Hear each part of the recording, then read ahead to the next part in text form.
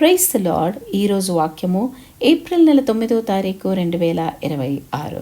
2 కొరింథీయులకు రాసిన పత్రిక 10వ అధ్యాయము 5-6 వచనాలు. మేము వితర్కములను, దేవుని గూర్చిన జ్ఞానమును అడ్డగించు ప్రతి ఆటంకమును పడద్రోసి, ప్రతి ఆలోచనను క్రీస్తుకు లోబడినట్లు చెరపట్టి, మీరు సంపూర్ణ విధేయతను కనుపరచినప్పుడు సమస్తమైన అవిధేయతకు ప్రతిదండన చేయ సిద్ధపడి ఉన్నాము. క్రీస్తునందు ప్రియమైన సహోదర సహోదరులారా, ప్రతి ఒక్కరిని తన రాజ్యానికి లాగడం అపవాది యొక్క విధి. దానికోసం అతను ప్రతి ఒక్కరికి తగిన విధంగా అన్ని రకాల ఆయుధాలను ఉపయోగించడానికి ప్రయత్నిస్తాడు.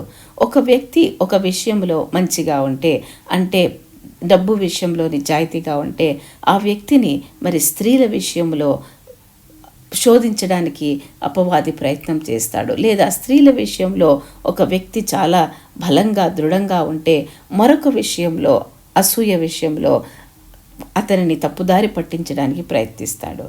కాబట్టి అపవాది ప్రతి ఒక్కరిని తనదైన రీతిలో శోధించడానికి ప్రయత్నిస్తాడు. ఆ వ్యక్తి విశ్వాసంలో బలంగా ఉంటే, అతను లేదా ఆమె ఆధ్యాత్మిక జీవితాన్ని నాశనం చేయడానికి అతను వారి మనస్సులో ప్రతికూల ఆలోచనలను సృష్టిస్తాడు. అంటే నెగిటివ్ థాట్స్ను క్రియేట్ చేస్తాడు. దేవుని జ్ఞానానికి వ్యతిరేకంగా ఉన్న ప్రతి ఆలోచనను క్రీస్తుకు లోబడి ఉండేలా జాగ్రత్త పడండి. అన్ని అనవసరమైన వాదనలను కూల్చివేసి అపవాది ప్రణాళికలను వ్యతిరేకించడానికి వాక్యంలో ఎదగండి. ప్రార్థిద్దామా? తండ్రి, మా అపవాది అయిన సాతాను ఎల్లప్పుడూ మమ్మల్ని మీకు విరోధంగా ప్రోత్సహించడానికి నిరంతరము 24 గంటలు ప్రతిరోజు ప్రయత్నం చేస్తుండగా వాని యొక్క కుతంత్రాల నుండి పరిశుద్ధాత్మ తండ్రి మమ్మల్ని విడిపించండి.